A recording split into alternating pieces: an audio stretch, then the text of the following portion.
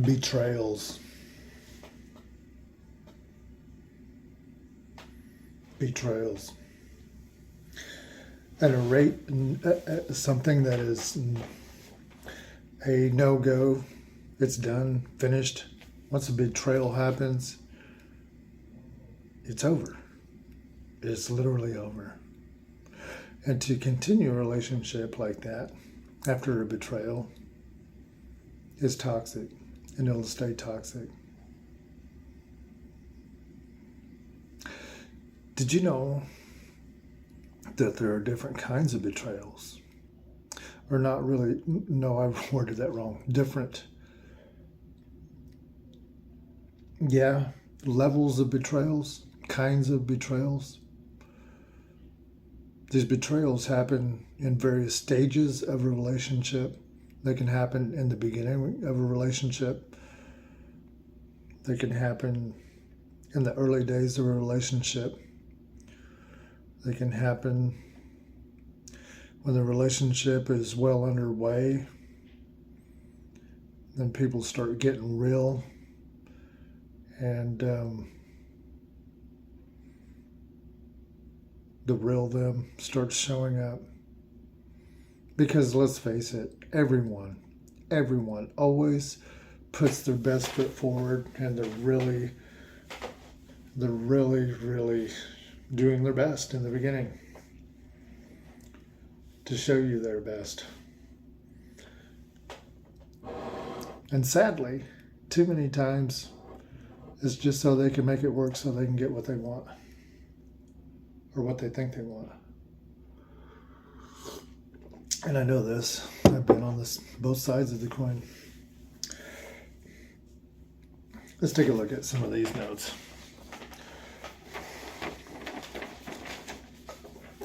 You know, when it comes to betrayals, the tricky thing about this is depending on who,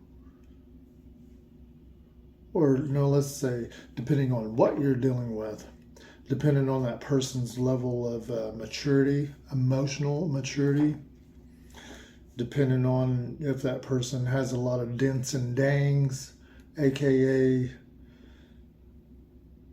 somewhat post-traumatic stress disorders and things like that, abandonment issues and all those things, tripping them up that are unresolved.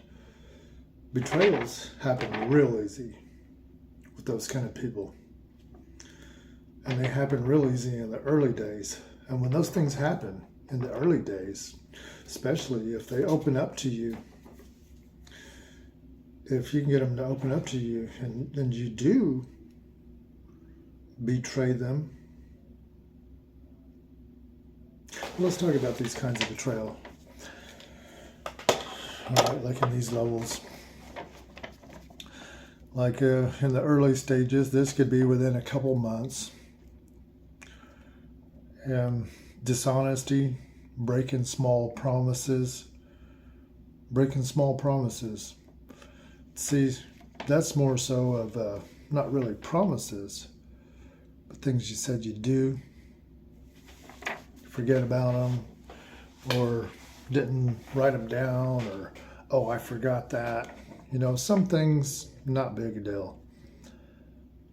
But sometimes those things can be a very big deal. Because some people, they think if a person can be trusted in little things, they can be trusted in big things.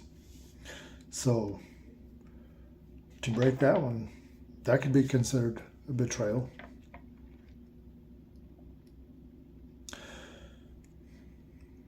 And of course, someone's sense of security. See, that varies so much. Because some people are pretty thick-skinned. Some people are too thick-skinned. And some people are very thin-skinned. So it's like that varies. It varies so much.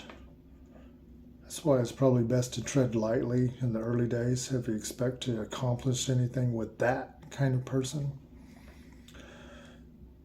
And then during the bonding stage, that's when you've been around them several months and you've got some faith built up in them and who they are, and you've served yourself a little bit and become open with them here and there. and you got some pretty good trust going on. But this is where the rubber meets the road, so to speak. In that phase, if you get into that phase, have you ignored any serious red flags? Which is hard to do sometimes because you're running on very minimum information, very minimum data of the person. And some people are narcissistic, nihilistic, and they can come off being seeming like they're having the right values and things like that. And then it turns out that they're just pretending to bond with you because of ulterior motives. That is a serious betrayal. But that also comes into a whole nother ball of wax that we should maybe take a look into. It's like being able to be open without being too open, being able to be trusting without too trusting, to be able to be loving and kind without being naive. It's like, do you know where the mark is for that? It's like, do you have an actual standard that you go by that is a fail-safe that works each and every time to know? Or maybe a guideline. Like for me, a guideline, I know one way to get off track with anyone. It doesn't matter what the relationship is. It could be co-workers, just anyone on the street, anyone. Here's the standard I use, and it works quite well. And it starts out with me, how I'm being and how I'm conducting myself, how my mind is going through the day.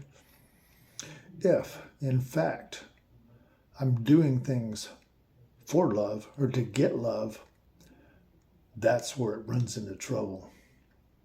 That's where you can really, because it's like really, really dangerous territory being like that. If you're a man and you're being like that, that's where you run into some serious shit. See, there's a huge difference in going about your day, doing things, and being a certain way. See, there's two ways of it.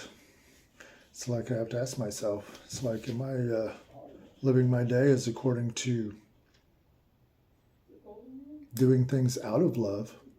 Meaning, the more you, and I'm not talking about give. No. No, I'm talking about a deliberate, focused connection with people. An actual concern. And the other one is doing things for love. Huge difference. Huge difference. Anyways, let's look into some more. We'll call this one earned betrayal. Sickness. It really is. In this level, you got some trust built on dependability, and responsibility. And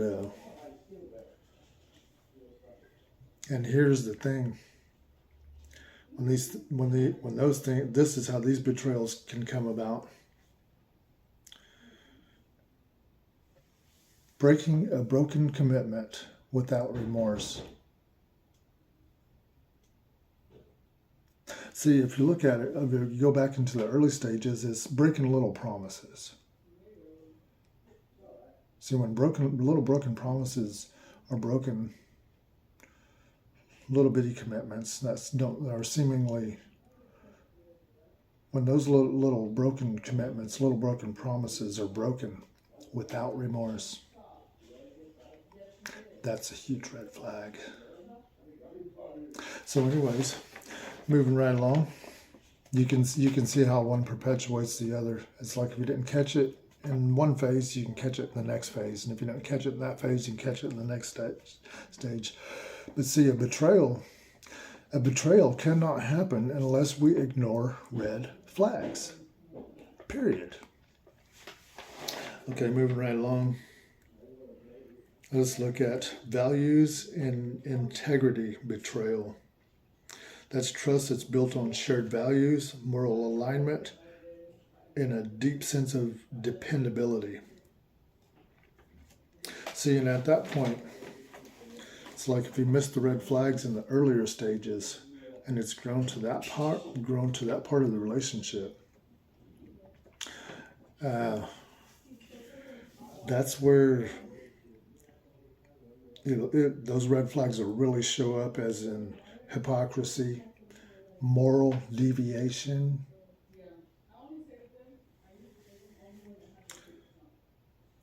and a person who does things for love to get love. They're completely open.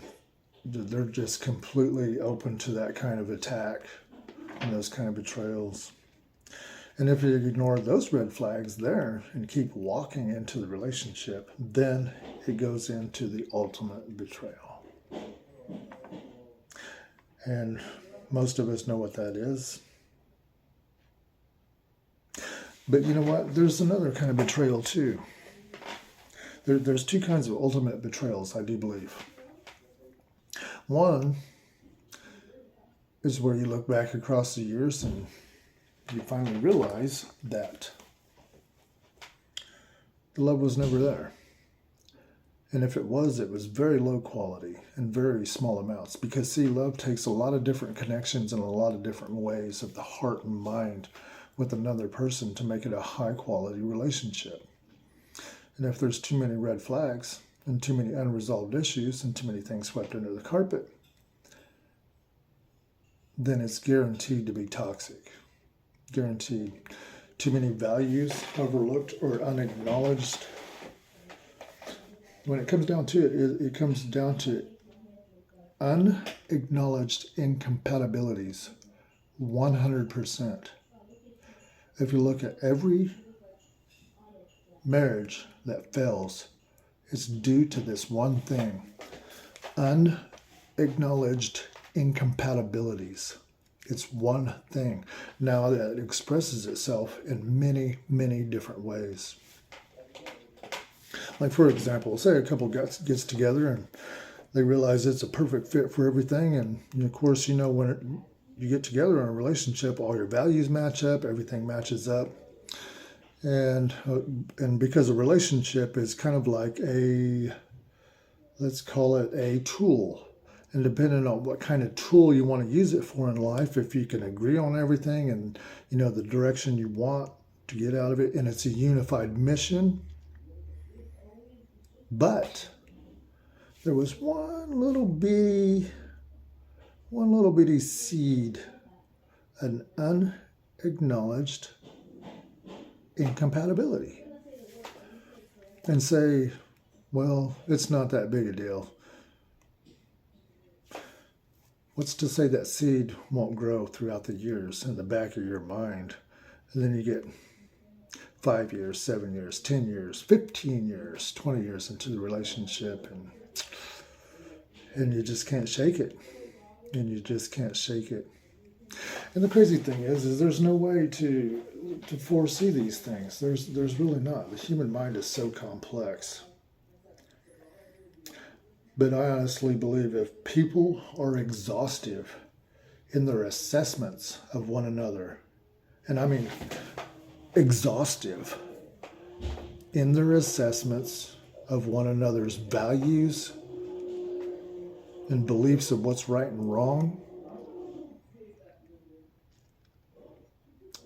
and what they believe their life mission and purpose is, and they're similar enough to where it's like if the partner has enough of values and beliefs that are the same and believes the same ways, then no matter what the other partner does, a lot of what they're doing is gonna help them just from the energy of it, because it's the same thing. And when it's like that, it's going to provide a synergy that makes both of them even stronger and helps one another. And most generally, all the things they want to do and need to do pertaining to their mission and purpose, it's going to create a unified mission. And whatever they do together, it will work. It will work. I'm not saying it'll be perfect. I don't think there is no such thing as a perfect relationship or perfect compatibilities. But I believe to get damn close as possible is where it needs to be. Because I honestly believe, I've heard it said 1,000 times, the most important decision you can make is the person you marry. Well, can be. It can be. Because if you're going to share your life with that person, and you're going to build a lot, and you're going to build, create, design a life with that person,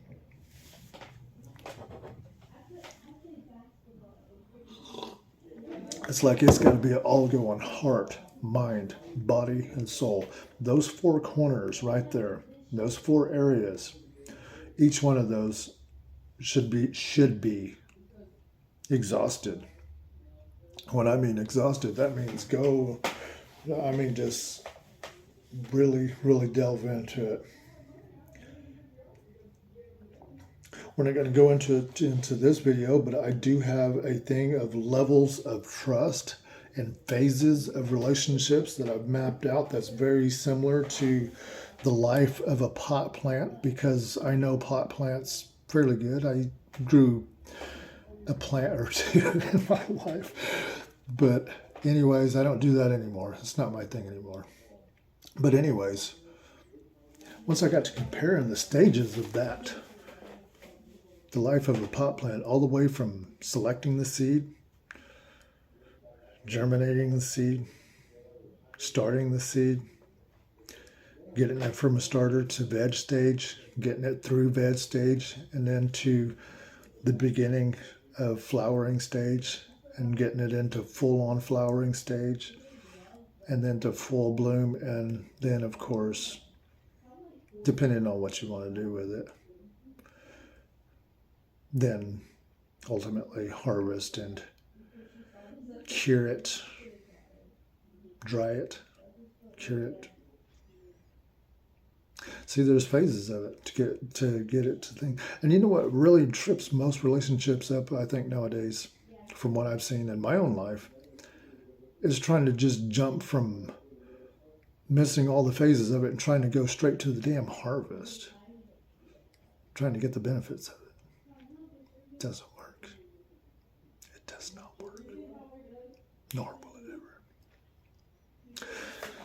So anyways, this concludes tonight's YouTube video, and the call to action is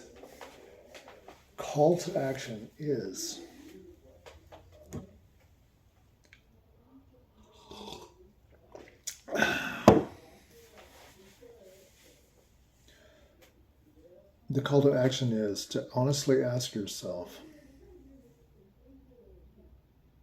do I have any unacknowledged incompatibilities in my relationships? And to do an assessment on the people you're hanging around, the people you come in contact with, the people you work with, and ask yourself, and just kind of look at yourself, starting with yourself first and foremost. I think that's the key. Always put yourself on the spot first.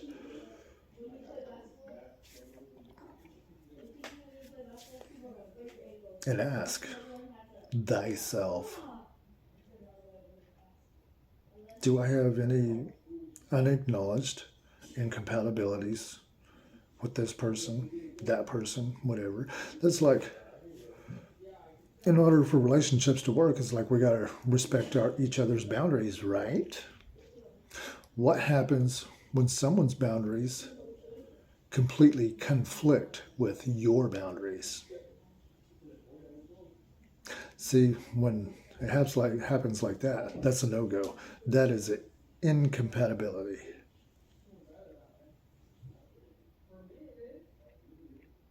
And this is coming from a person who has spent years of failed relationships. I think I added them up one time, and I think I have had approximately in the neighborhood of over the years, since the time I was like 12, 13 years old till now, somewhere in the neighborhood of 44, 45, 46, 47, who knows, maybe 40 girlfriends. And a lot of that was self-sabotage by picking the wrong person, not knowing it. I do know it now that I know what a person does that for, the way they self-sabotage and their attachment styles. I understand it now. Got a little bit better idea. But anyways, this is coming from a person who has spent 6 years, many notes, every day. I mean, every day, not a day off. Always reading, writing something on these kind of things, relationships. Mainly researching myself. Mainly the research in myself. So this stuff comes easy at this point to see. It's easy to see in other people, but it's not so easy to see in myself. That's why it always helps to have unbiased feedback. If you can get that, if you can have somebody that you trust, that's why I highly recommend therapist, a good psychologist. If you got that kind of money, of course, that's real. That kind of help, it's worth its weight in gold. That's all I can say. It's worth its weight in gold. And if you can situate yourself in life to where you can get that kind of counseling, you're probably going to be golden. If you can accept a little bit of coaching and a little bit of direction, it doesn't take much to adjust themselves. It really doesn't. Anyways, back to the call of action. CTA, call to action, not call of, call to action.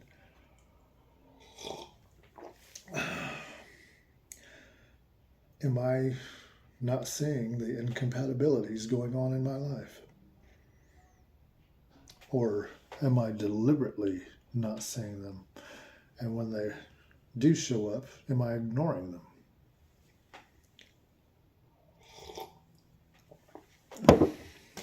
Anyways, have a good one. See you in the funny papers.